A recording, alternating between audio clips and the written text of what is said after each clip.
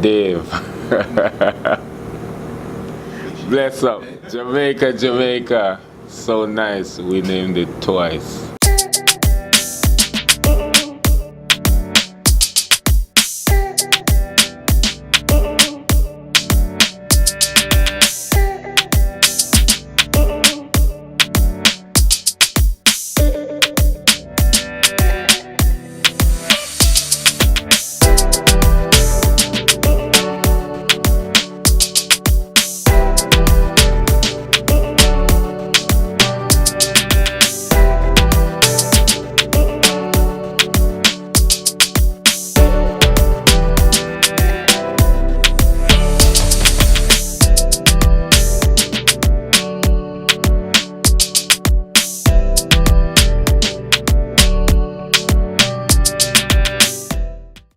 We serve from oxtail, which is a favorite, escovitch fish, steamed fish, curry goat, rice and peas, fried dumpling, mostly authentic Jamaican. I just wanted to do a business because I've been an MRI tech for 17 years.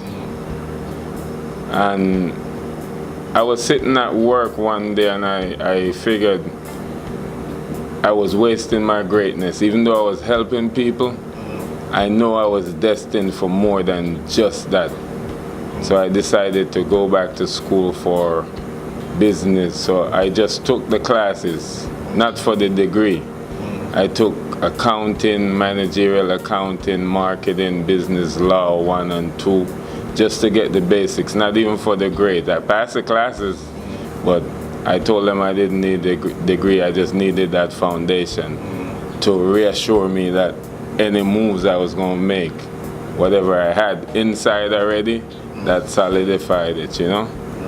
So I've always been a hustler. Even while I worked at Moffat, I've always been a hustler. I DJ'd for years also. So, and I produce reggae music too. So those I used to do hand in hand, but I always wanted to manage my own business in a sense. Whereas even if you hire a manager to run your business, you still need to know what's going on, you know? So that's why I went to get the background, you know?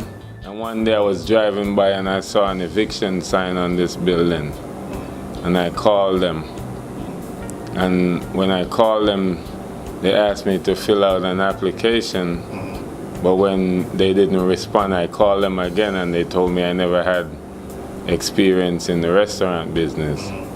I told them my sister did, and they still didn't give me the building, so I left it alone and said, what is to be will be, you know? And like 3 months later, I guess maybe they couldn't get anyone to rent it. They called me back and asked if I was still interested. Most of the time when people write a business plan is when they want to borrow money. I never had to. I secured that. So I didn't have to write no plan. So even now, although this is what, almost 2.5 years, I still haven't written a business plan. I'm still learning. Don't forget, I'm still learning, but I still adjust as the time goes, because with growth, you have to adjust. So I started out naive, made a lot of mistakes, and still making them, but I still am in the verge of correcting each and every one. And once they're all corrected, then it's a free flow. And I'm looking at the end game. No. No loan. Okay. Still haven't. Okay. It's all mine. So I grinded for 20 years. About the application, what was the next step after that? I had to get equipment. I had to get supplies. I had to paint. I did all this with my own hands. Yeah, I had to create that ambience, you know, meticulously. I've done little changes as best as I could, but I had to create that. And even the kitchen, to get that flow, we've moved that kitchen around so many times to get that flow. And we still haven't gotten there yet where it's just free flowing because we're still adjusting, but we'll get there, you know? Now, how long did it take after you did everything to open up the restaurant? Well, initially, it was about a month, non-stop, because I was working a 9 to 5 then, and after work I'd come here with my friend Clint, and we'd go at it for wee hours. Go at it, working. My body painted. Junior more painted the Bob Marley. I have to say I'm grateful. Jermaine, I have friends that chipped in, that held me down when I needed. You know, I have to say, and family too. So you could say it was a team effort. It was a team effort. You know, and that's one of the things that are missing from today's society. You see one with a dream, support that dream. You know, don't just hear of the dream and say, leave him alone. No, support that dream, because when you're dreaming, you will need that support too. And we just give it back and forth and we'll all be all right. First and foremost, I never paid a dime for advertising. I never did. I had a soft opening in the beginning where I text friends and family and invited them for a tasting. And then after that, it was just people telling people, because I didn't know what I was doing. So now I didn't want to market and then get an influx of people that I couldn't handle. So I just let people tell people and let it slowly grow organically, you know? 3 things you would tell someone who was opening a restaurant. Prepare to have no time. Always have extra money, because you need working capital. A lot of people jump into it thinking that it's gonna shine right away. No, you need working capital to maintain. You need at least a year and a half, I would say.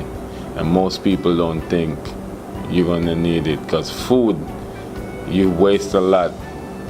Because when you start, you still have to ration yourself slowly and know when to adjust and cook more. Because if you cook too much, you're gonna lose a lot. So you have to have working capital. A lot of people just think, okay, I'm gonna open a restaurant and sell food. They don't take into consideration you're gonna need employees. You're gonna need supplies all the time, or the time it's gonna take you to run and get this, you're losing, because time is very important. No one's gonna sit and wait for you to come back to prepare food. You're gonna always have to have that, you know? And one of my biggest issues, I had to rent another spot. I have no storage back there. So I had to rent another spot, which I turned the front into a grocery store in order to have supplies on hand where I don't have to keep running to the market. I think what has made us a success, because initially when I opened, I got advice from a whole lot of people on what to do, and I should merge the food so I could bring in this crowd, that crowd.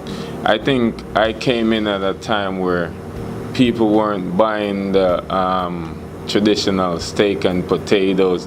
People wanted culture. They wanted to say, okay, I'm gonna eat Vietnamese, I'm gonna eat Indian, oh, I'm gonna eat Jamaican.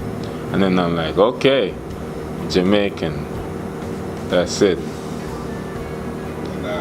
What's the challenges of owning a restaurant? Whoa. Work. It's work, but it has its ups and its downs, but it's a lot of work, and you don't have any time for self. Not much time for family. Luckily, I have my family in here. We bump heads. That's another, that's a challenge. So you have to learn how to deal with that, because we'll bump heads here, but once we get home, family. But one of the biggest challenges, you don't have no time, because even when you start in the morning, when you're done in the day, you still have to plan for the following day, for the following week, for the following month. So it's always work. But it's my work though. That's the good part. I'm not working for someone else. But in a sense, working for someone else, most people, they work for someone else, and in essence they think they're working for someone else. I've never in my life thought that I ever worked for someone else. Because if I get up in the morning and I'm late for work somewhere else, my thought is, if I make the effort to get up, I have to benefit as much as I can from that day because I had to get up. So if I'm rushing to work, it's not because I'm late for your work. It's because I made the effort to get up, I'm late and I'm losing my money. You know, so I always considered myself self-employed. Though I had parents here, I had elders to guide me. Because if you see, Dad's back there with me. That's like a second father again. And Dad are solid, mentally. Mom especially, solid. And she drives that nail in. But I've always had older friends. If I'm 15, my friends are 25. If I'm 25, my friends are 40. If I'm 30, my friends are 50. So I've always had that older friend, father figure. I always gravitate to older people because they always have something to teach you. It might not be education, but there's wisdom, a whole lot of wisdom. So I'll tell a young person today, always listen to the elders. You might learn not to listen to some of them, but I guarantee you that you're going to learn something from them, you know, because they've been there. And the rules don't change. The times change, the technology change, but the formula is always the same. So for owning a business, well, one, I think the main perks is the gratification of knowing that you created something that people enjoy, you know, because you made that from scratch. You were the visionary of that, you know, from the logo to the design, the decoration, the food, the menu. You created something, you know. That's one of the main things. And I love cooking, I love entertaining, I love to see people enjoy. One of the greatest things is when someone says, oh, your oxtail is the best oxtail I've ever had. You know how that makes me feel, bro? That is off the chain right there. You know what's funny? I don't even eat oxtail. That's the funny part. I cook all the oxtail in here and I don't even eat. I have developed a formula whereas I'll season it, put the meat in, halfway through I'll take a drop about the size of a penny and I'll taste that. And when I taste it, I know what's missing and what is needed, and I'll just add that and then take another penny-sized drop and taste it, and that's it. I couldn't tell you what oxtail tastes like. Yeah. But I've learned some skills from a cousin of mine who's a chef, and he told me, don't learn what the food tastes like, learn what the seasoning tastes like. So if it's missing, you know what to add. And with that, I created the formula and I know exactly what it's supposed to taste like and which seasoning to add when it's missing. I don't eat oxtail. I put my blood, sweat and tears, my heart in this. My family has too. But this would be a legacy that I would want to leave for my little girl, because she has that will to do, and she has the, how should I say, the passion to make it happen. Because most of my creativity back there is her. Because she'll come and she said, Dad, how about we try this? And try it. Sometimes it works, sometimes it doesn't, but we still have to try. And what's good is my kids, I'm one generation ahead and they're the young generation. So now you have to take advice from them because They know what's trending, and you know what your generation likes. So if you could merge those two, that's a strength in itself, man. And those kids, they got me. Located at 8206 West Waters Avenue, Tampa, Florida. You can find us socially at JJ Island Cuisine on Facebook, Instagram, just at JJ Island Cuisine. We're there. Phone number 813-243-1569.